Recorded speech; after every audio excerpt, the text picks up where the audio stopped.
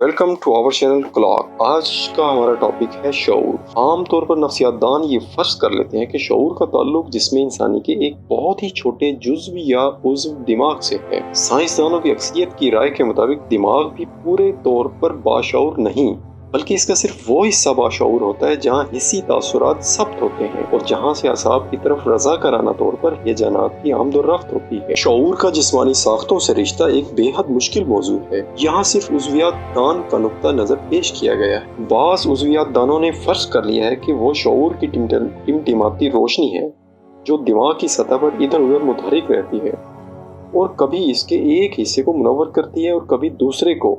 शऊर के मुतालिक ये उज़वियाती नज़रिया कुछ सराहत करता है, लेकिन ज़्यादा नहीं। मंतकी फ़िक्र में इंतहा पसंदी का मैलान पाया जाता है। हम कहते हैं कि कोई चीज़ या तो ये है या वो, अगर ये नहीं है तो वो ज़रूर होगी। अगर सिर्फ दिमाग बाशऊर होता है तो बाकी हर चीज़ बेशऊर होगी। जैसे कि इस दुनियाए महसूसात की खालिस रंगों से वाज़ेह हद बंदी कर दी गई हो और रंगों और हदों के कोई दरमियानी मदारिज व मरातिब ना हो। दिमाग अपने शऊर की शिद्दत के लिहाज से मुमताज़ हो सकता है, लेकिन ये फ़र्ज कर लेने की कोई वजह नहीं कि जिस्म की बाकी तमाम साख्तें या हिस्से बिल्कुल बेशऊर, बेहिस और ठुस हैं, बल्कि हकीकत में शऊर की एक कलील मिकदार जिंदा हर खुलिये में पाई जाती है।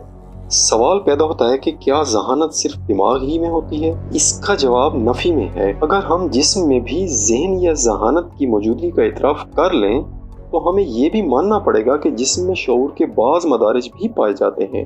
पी.डी. ओस्पिंस्की योगा के मुतालिक लिखते हुए कहता है कि योगियों का ईमान है कि जिस्म की ज़िंदगी हज़ारों अलग अलग जिंदगियों पर मुश्तमिल है और ये जिंदगियां पहले से एक रूह या शऊर का वजूद फर्ज कर लेती हैं।